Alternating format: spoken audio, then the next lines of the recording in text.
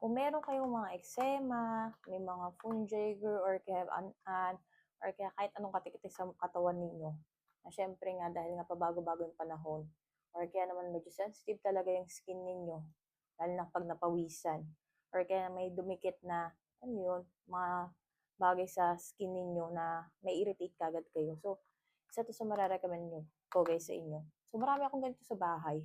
Kasi yung balat ng asawa ko is very sensitive. Isang piraso na lang kasi nakikita ko. Hindi ko na makita iba kasi nga nag-renovation kami.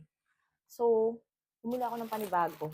Miao Jia Sudaifu na cream. Now, hindi lang cream yung binili ko kasi may nakita ako na meron silang sabon. So, I wanted to try the sabon. Kung effective nga yung cream nila, so malamang effective din talaga tong sabon nila.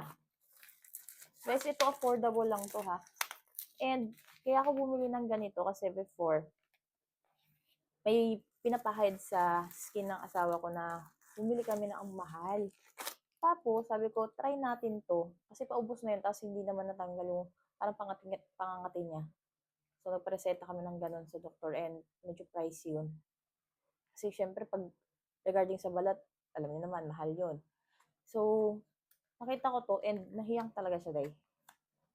Ito yung laman niya. Ayan. Ayan. Tapos, kumuputasin nyo siya sa may tapos gaganon nyo. So, ito yan. Ito yung consistency niya. So, pwede rin siya magpa-lighten ng mga iba nating mga kung anek-anek sa inyong mga balat. So, ito yung binili ko. 3 item na. Okay? Kasi may mga bundle-bundle din sila. Ayan. And ito yung soap nila. Nakalimutan ko na i-flex. So, yan. So, wala naman siyang amoy.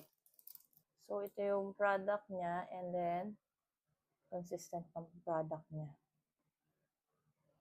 Tapos, meron siyang may pagka-mint na amoy. Sensitive skin, meron irritation sa inyong skin, and you wanted na gamutin to, try nyo to guys. Try nyo muna to kasi ito, mura lang pero effective.